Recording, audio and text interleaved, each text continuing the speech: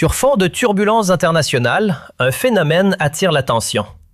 Les flux de gaz algériens à destination de l'Europe connaissent une accélération spectaculaire, avec des volumes envoyés vers l'Union européenne et plusieurs pays du continent qui explosent littéralement, enregistrant des hausses hebdomadaires dépassant parfois les 50%, ce qui laisse peu de place au doute quant à la stratégie adoptée, puisque Alger semble clairement chercher à tirer parti du chaos énergétique provoqué par le conflit impliquant les États-Unis, Israël et l'Iran.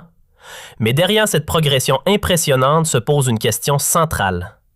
Cette opportunité est-elle durable ou n'est-elle qu'un moment favorable appelé à disparaître aussi rapidement qu'il est apparu?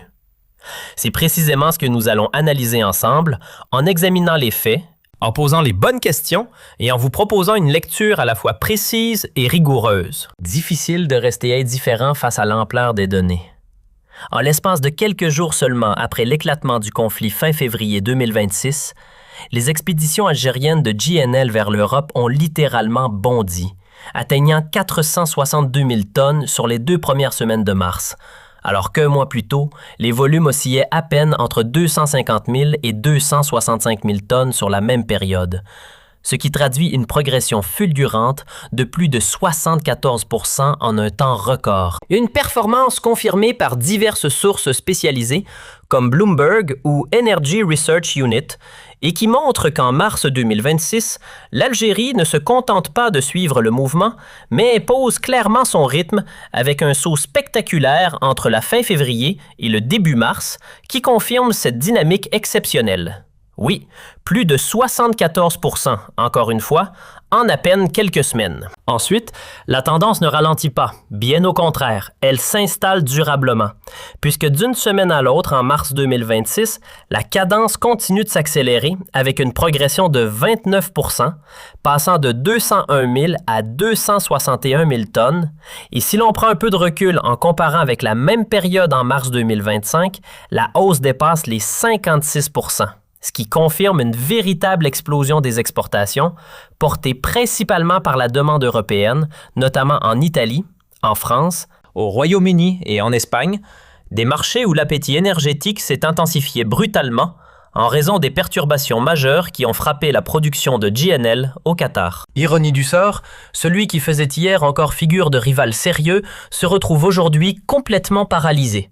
Le Qatar, pourtant classé derrière les États-Unis, la Russie et l'Algérie parmi les principaux fournisseurs de GNL à l'Europe, assurait environ 7% des besoins du continent, loin derrière l'hégémonie américaine avoisinant les 60%, mais aussi derrière la Russie avec ses 15 à 20% et l'Algérie oscillant entre 8 et 9%, et pourtant, en l'espace de 2 semaines à peine, ce concurrent direct s'est volatilisé du marché européen, incapable d'exporter le moindre volume, frappé de plein fouet par des attaques qui ont amputé près d'un 5e de sa production, tandis que plusieurs installations ont été mises à l'arrêt et que celles encore actives se retrouvent inutiles face à un verrou stratégique majeur.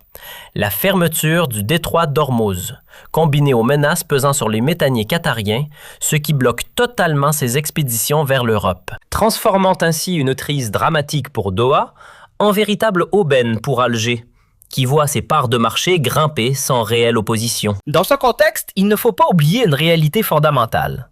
Si l'Europe occupe la 2e place mondiale en matière d'importation de GNL avec environ 1/3 de la demande globale, elle reste loin derrière l'Asie, dominée par la Chine, le Japon et la Corée du Sud, qui concentrent à eux seuls près de 60% de la consommation mondiale. Mais depuis la guerre en Ukraine, les pays européens ont profondément modifié leur stratégie énergétique en cherchant à réduire leur dépendance au gaz russe, ce qui les pousse à se tourner massivement vers le gaz liquéfié, au point que celui-ci représente désormais plus de la moitié, environ 51%, de leur consommation totale. Avant d'aller plus loin, il faut bien comprendre de quoi on parle. Le GNL, ce n'est pas simplement du gaz classique. C'est une ressource transformée en liquide, chargée à bord de gigantesques navires spécialisés, transportés sur de longues distances, puis reconvertis en gaz une fois arrivés à destination pour alimenter aussi bien les foyers que les industries. Et contrairement à certains fournisseurs reliés par des infrastructures terrestres, le Qatar ne dispose d'aucun gazoduc vers l'Europe, ce qui signifie que l'intégralité de ses livraisons passe par voie maritime. Même si, en réalité, ses principaux clients se trouvent en Asie, où la demande reste dominante, avec des pays comme la Chine, le Japon ou la Corée du Sud qui absorbent la majorité de ses exportations, laissant tout de même environ 30% de sa production à destination de l'Europe, ce qui reste loin d'être négligeable. Surtout dans un contexte où les perturbations actuelles affectent aussi lourdement les marchés asiatiques, entraînant une flambée généralisée des prix, que ce soit en Europe ou en Asie, avec des niveaux qui dépassent désormais les 22 à 25 $ par million de BTU, voire franchissent les 30 $ dans certaines situations urgentes, alors qu'ils se situaient auparavant en dessous de 20 $, oscillant autour de 18 ou 19, ce qui représente une hausse spectaculaire, dépassant les 100% si l'on compare avec le gaz acheminé par gazoduc, ce fameux gaz classique, souvent évoqué pour simplifier, celui qui transite par des infrastructures terrestres. Mais justement, les Européens ont cherché à s'en détacher pour réduire leur dépendance au gaz russe, préférant se tourner vers le GNL américain ou qatari, laissant des acteurs comme l'Algérie dans une position secondaire face à des fournisseurs majeurs comme les États-Unis ou la Norvège, dans un marché devenu extrêmement compétitif où s'affrontent également le Nigeria, l'Indonésie, la Malaisie ou encore l'Australie. Sur le papier, l'Algérie dispose d'un avantage évident que beaucoup lui envient: une proximité directe avec le continent européen, une stabilité relative dans une région agitée et surtout l'absence de conflits sur son territoire. Autant d'éléments qui la positionnent comme une alternative crédible et rassurante pour les marchés européens. Pourtant, derrière cette position favorable se cache une réalité bien moins confortable, car cette opportunité, aussi spectaculaire soit-elle, ressemble davantage à une fenêtre temporaire qu'à un changement durable, puisque dès que le Qatar retrouvera sa capacité d'exportation, l'équilibre pourrait basculer à nouveau et réduire les gains récemment obtenus par Alger. Ce qui explique pourquoi les décideurs algériens semblent pressés d'exploiter cette situation sans attendre. Une urgence stratégique qui éclaire les choix récents révélés dans notre précédente analyse. Dans cette logique, des décisions radicales ont été prises. Plusieurs secteurs industriels, notamment dans la construction ou les matériaux comme le ciment, voient leur accès au gaz fortement limité. Et selon nos informations, cette restriction va encore plus loin puisque même des industries lourdes comme la sidérurgie sont concernées. Le gouvernement ayant exigé de nombreuses entreprises, qu'elles soient locales, privées ou partenaires étrangers, de réduire voire suspendre totalement leur consommation énergétique afin de libérer un maximum de volume destiné à l'exportation, permettant ainsi à Sonatrach de capter pleinement cette conjoncture exceptionnelle et d'accroître considérablement les recettes en devises du pays. Pour l'instant, tenter de chiffrer précisément les gains relèverait presque de la spéculation. Mais une chose est sûre, avec une telle dynamique, les revenus potentiels se comptent déjà en milliards. Et si cette conjoncture exceptionnelle se prolonge ne serait-ce que quelques semaines supplémentaires, les recettes pourraient rapidement atteindre plusieurs milliards, voire franchir la barre des 10 milliards si la situation perdure sur plusieurs mois. Un scénario loin d'être anodin, même si l'incertitude reste totale puisque personne ne peut prédire combien de temps durera le conflit, la fermeture du détroit d'Ormuz ou encore l'interruption des exportations qataries, ce qui complique toute projection fiable. Mais au fond, peu importe. Car dans ce type de contexte, chaque opportunité doit être exploitée sans attendre, d'autant que le pays pourrait engranger chaque semaine des centaines de millions supplémentaires en devises s'il maintient ce rythme d'exportation vers l'Europe. Même si, il faut le reconnaître, cette manne reste par nature temporaire et encadrée par des limites bien réelles. Et justement, ces limites sont évidentes. Croire que l'Algérie pourrait prendre la place du Qatar relève de l'illusion, tout simplement parce que les capacités de production ne sont pas comparables, avec environ 25 millions de tonnes pour l'Algérie contre près de 80 millions pour le Qatar, soit un écart de 3 à 4 fois supérieur, ce qui met en lumière un problème structurel profond. Celui du manque d'investissement, car au lieu de consacrer des ressources à développer massivement le secteur du GNL, des choix ont été faits dans des projets jugés peu rentables ou dépassés, laissant passer des opportunités stratégiques majeures. Quand on regarde de plus près l'appareil industriel, le constat est loin d'être rassurant. Une grande partie des installations de liquéfaction en Algérie remontent à plusieurs décennies, principalement aux années 70, avec quelques mises à niveau effectuées dans les années 80, mais depuis, en dehors de quelques opérations d'entretien ou de rafraîchissement limitées dans les années 2000, l'ensemble repose encore sur des infrastructures vieillissantes qui peinent à suivre les standards actuels, même si sur le papier, ces complexes pourraient atteindre une capacité avoisinant les 20 millions de tonnes, notamment avec les sites majeurs situés à Arzeu, GL1Z, GL2Z et GL3Z, auxquels s'ajoute l'installation de Skikda avec ses 4,5 millions de tonnes. Pourtant, malgré ses atouts apparents, la réalité est tout autre. Le potentiel réel reste largement sous-exploité et la production nationale de GNL ne reflète ni les capacités théoriques ni les ambitions qu'elle pourrait incarner. Sur le papier, les chiffres semblent prometteurs, avec une capacité annoncée de plus de 25 millions de tonnes, mais la réalité est bien moins flatteuse, puisque les volumes réellement exportés oscillent plutôt entre 11 et 13 millions en moyenne, et l'année 2025 en est l'exemple parfait, voire alarmant. Avec seulement 9,5 millions de tonnes expédiées, le pays a enregistré son plus mauvais résultat récent, marquant une chute proche de 20% par rapport à 2024, une baisse directement liée aux interruptions répétées de production. Car il ne faut pas oublier que le JNL repose sur une industrie lourde, exigeante, nécessitant des infrastructures performantes, des cycles de maintenance stricts et des investissements constants pour moderniser les équipements. Or, en 2025, les arrêts techniques, les incidents et les réparations se sont accumulés, révélant un manque évident de priorité accordée à ce secteur stratégique, avec à la clé un recul significatif par rapport aux 11,6 millions de tonnes exportées en 2024 et surtout aux 13,4 millions atteints en 2023, qui reste l'année de référence, et le début de 2026 n'a rien arrangé, avec un mois de janvier presque insignifiant en termes d'exportation, avant un brusque retournement à partir de fin février, lorsque les volumes ont explosé de plus de 70% en quelques semaines sous l'effet de la crise énergétique liée au conflit avec l'Iran, révélant ainsi une prise de conscience tardive de l'importance du GNL, mais un réveil qui arrive trop tard, car les limites structurelles demeurent, empêchant toute comparaison sérieuse avec des géants comme le Qatar.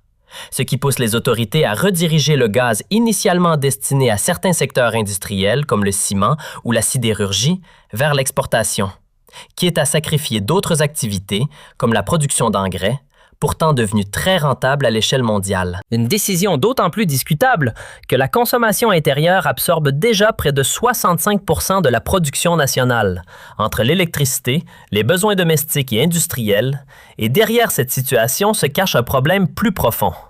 Un manque d'investissement chronique et des choix politiques contestables, notamment sous l'actuel pouvoir, qui aurait encore davantage freiné des projets clés dans la pétrochimie et le développement du GNL, aggravant un retard déjà hérité des années précédentes. Au fond, ce que l'on observe aujourd'hui n'est rien d'autre que la conséquence directe de choix mal orientés. Au lieu de récolter les fruits d'une stratégie visionnaire, on se retrouve face à un résultat amer, presque prévisible. Et il serait illusoire de croire que les performances exceptionnelles de mars 2026 puissent se répéter dès les mois suivants. Car la réalité est simple, la capacité de production ne suit pas. Et sans une base industrielle solide, aucune dynamique ne peut s'inscrire dans la durée. Pourtant, avec une vision plus lucide et des décisions plus audacieuses, il aurait été possible de porter cette capacité bien au-delà des 40 millions de tonnes, ce qui aurait complètement changé la donne. Avec un tel niveau, les exportations auraient pu être multipliées, atteignant facilement entre 25 et 30 millions de tonnes, ouvrant la voie à des recettes colossales, de l'ordre de plusieurs dizaines de milliards de dollars. D'autant plus que le GNL reste systématiquement plus cher que le gaz classique, avec un écart pouvant atteindre 35 à 40% en période tendue. Et même lorsque les prix se calment, il conserve un avantage de 15 à 20%. Une différence justifiée par tout le processus qu'il implique. Transformation en liquide, transport maritime, puis reconversion en gaz. Mais surtout par sa flexibilité, puisqu'il peut être expédié partout dans le monde sans dépendre d'infrastructures fixes, contrairement au gazoduc, dont la construction est coûteuse, complexe et de moins en moins attractive pour les pays consommateurs qui privilégient désormais des solutions plus souples. Ce qui explique pourquoi le GNL est devenu la norme sur les marchés internationaux, avec un différentiel de prix généralement compris entre 2 et 4 $ par million BTU. Pourtant, en Algérie, la majorité des ventes, entre 80 et 85 %, reposent encore sur du gaz acheminé par pipeline, dans le cadre de contrats à long terme via les 2 principales liaisons existantes, tandis qu'un 3e axe a été abandonné en raison des tensions régionales, illustrant une dépendance persistante à un modèle moins rentable. Aujourd'hui, l'essentiel de notre gaz, près de 80 à 85 %, est écoulé via des circuits traditionnels, à des tarifs nettement inférieurs à ceux du GNL, ce qui revient, en réalité, à brader une ressource stratégique. Et c'est précisément là que réside le cœur du problème. Une gestion inefficace qui nous prive d'un potentiel de revenus bien plus élevé, alors que d'autres pays comme le Qatar, l'Australie ou encore les États-Unis ont misé massivement sur le gaz liquéfié pour maximiser leurs profits, profitant de la flexibilité qu'offre ce marché, alors même que l'Algérie, avec sa proximité immédiate avec l'Europe, disposait d'un avantage géographique évident pour devenir un fournisseur incontournable. Au lieu de cela, les principaux clients européens, comme l'Espagne et l'Italie, continuent d'acheter un gaz moins valorisé via des pipelines, alors qu'ils auraient pu apporter du GNL algérien à bien meilleur prix, permettant au pays de doubler ses revenus. Le décalage est d'autant plus frappant lorsque l'on compare les prix. Le gaz vendu via ces contrats se situe entre 10 et 12 $ par million de BTU, tandis que le GNL se négociait déjà entre 18 et 19 $ avant même la crise actuelle, ce qui représente une perte d'au moins 50 %. Et depuis le début du mois de mars, la situation est encore plus marquée, avec des prix dépassant désormais les 22 à 25 $, voire atteignant 30 $ sur certains marchés urgents, ce qui signifie que le manque à gagner dépasse désormais les 100 %, conséquence directe d'une dépendance persistante au gazoduc, aux contrats rigides à long terme et à une capacité insuffisante de production et d'exportation de GNL. Une situation d'autant plus préoccupante que lorsque le Qatar retrouvera sa pleine capacité, ces dizaines de millions de tonnes, plus de 77 millions, reviendront inonder le marché mondial, rappelant qu'il reste, juste derrière les États-Unis, l'un des géants incontestés du secteur. Il ne suffit pas de profiter d'un moment favorable, encore faut-il savoir en tirer des leçons durables. Certes, depuis le début du mois de mars, l'Algérie a multiplié les livraisons vers des pays comme l'Italie, la France, le Royaume-Uni ou encore l'Espagne. Mais dans le monde des affaires, l'opportunité n'a de valeur que si elle s'inscrit dans le temps. Et c'est précisément là que le défi commence. Car sans une montée en puissance rapide de la production et sans investissement massif engagé dès maintenant, cette dynamique restera éphémère, d'autant plus qu'il serait illusoire de croire à une substitution durable du Qatar, même si, paradoxalement, l'Algérie dispose d'atouts indéniables. Proximité géographique avec l'Europe, stabilité relative, absence d'exposition directe aux tensions du Moyen-Orient ou aux blocages stratégiques comme celui du détroit d'Ormuz, autant d'éléments qui pourraient, en théorie, en faire un partenaire énergétique de premier plan pour un continent européen toujours plus demandeur. Mais la réalité est plus rude. La concurrence est déjà bien installée, avec des acteurs comme l'Azerbaïdjan, le Nigeria, la Malaisie ou encore l'Australie qui occupent le terrain, ce qui rend toute passivité particulièrement risquée. Et face à cela, une question s'impose presque avec insistance. Les décideurs actuels vont-ils enfin comprendre qu'il est urgent de redéfinir les priorités et d'investir sérieusement dans le GNL? Plutôt que de continuer à disperser les ressources dans des secteurs à faible rentabilité, comme certains matériaux industriels, alors même que le gaz, s'il est valorisé intelligemment, transformé ou exporté dans des conditions optimales, pourrait générer des revenus bien supérieurs pour les pays. Mais derrière tout cela se cache un problème bien plus profond, presque structurel, que les responsables semblent soit ignorer, soit incapables de résoudre.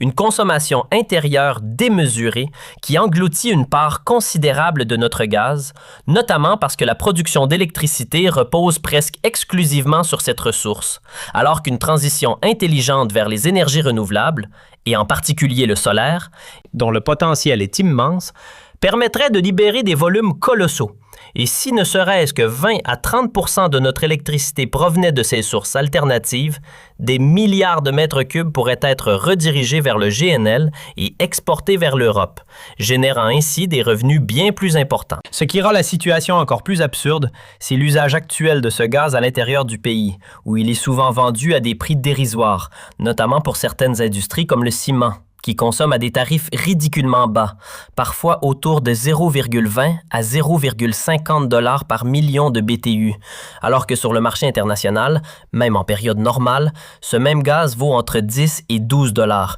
et dépasse aujourd'hui largement les 20 $, ce qui revient tout simplement à sacrifier une richesse nationale pour un rendement quasi nul, un véritable gaspillage à grande échelle. Et pourtant, les solutions existent sous nos yeux. Avec un ensoleillement exceptionnel, l'Algérie dispose d'un potentiel considérable dans les énergies renouvelables, un levier évident qui permettrait de réduire drastiquement la consommation de gaz au niveau local et de préserver cette ressource précieuse pour l'exportation. Car au fond, brûler du gaz pour alimenter le réseau électrique domestique ou pour répondre aux besoins internes ne génère que des revenus en monnaie locale. Une monnaie qui ne permet ni d'importer des ressources essentielles, ni de soutenir durablement la croissance économique ou les grands projets d'infrastructure. Alors que l'exportation, elle, génère des devises indispensables. Ce constat met en lumière une erreur stratégique majeure. Pendant des années, le pays a gaspillé son potentiel gazier sans orienter suffisamment ses investissements vers le développement du GNL, préférant financer des secteurs à faible rendement, comme certaines industries extractives ou métallurgiques qui n'apportent que peu de valeur ajoutée. Alors qu'une vision plus cohérente aurait consisté à concentrer les moyens financiers sur la transformation et l'exportation du gaz liquéfié afin de repositionner l'Algérie parmi les grands acteurs du marché mondial. Car au lieu d'anticiper et de bâtir une stratégie industrielle solide, avec de nouveaux complexes de liquéfaction, une flotte de méthaniers renforcée et des infrastructures portuaires adaptées, rien de tout cela n'a été pleinement réalisé. Et aujourd'hui, on se contente d'ajuster à la marge, de bricoler des solutions temporaires et de saisir des opportunités au coup par coup, sans véritable vision à long terme. Réduire la production de ciment, ralentir les aciéries, freiner certaines industries pour économiser du gaz et l'expédier vers l'Europe. Sur le papier, cela peut sembler stratégique, mais dans les faits, les gains restent modestes, limités à quelques centaines de millions. Loin de ce que le pays aurait pu générer avec une véritable vision industrielle tournée vers le GNL. Car avec un écosystème structuré autour de cette ressource, les revenus auraient pu atteindre des dizaines de milliards, changeant radicalement la trajectoire économique du pays. Dans un tel scénario, l'Algérie aurait pu renforcer ses réserves de change et retrouver une dynamique de prospérité, à l'image du Qatar qui, en misant presque exclusivement sur les gaz liquéfiés, s'est imposé comme un acteur incontournable au point que la moindre perturbation de ses exportations suffit aujourd'hui à déséquilibrer l'ensemble du marché mondial. Et il ne faut pas oublier que les débouchés ne se limitent pas à l'Europe. Avec une flotte de méthaniers performante et une capacité d'exportation plus ambitieuse, l'Algérie aurait pu se positionner sur les marchés asiatiques, où les prix sont souvent encore plus élevés, dans une région qui concentre près de 60% de la demande mondiale, notamment en Chine, au Japon et en Corée du Sud, des économies fortement dépendantes du GNL pour soutenir leur croissance. Face à cela, le message est clair.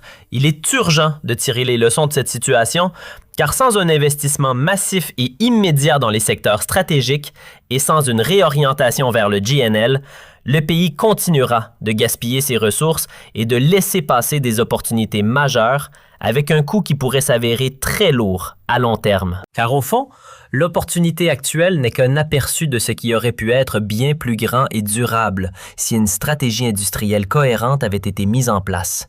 Et aujourd'hui, plus que jamais, il devient indispensable de repenser le modèle économique pour s'adapter aux transformations profondes du marché mondial.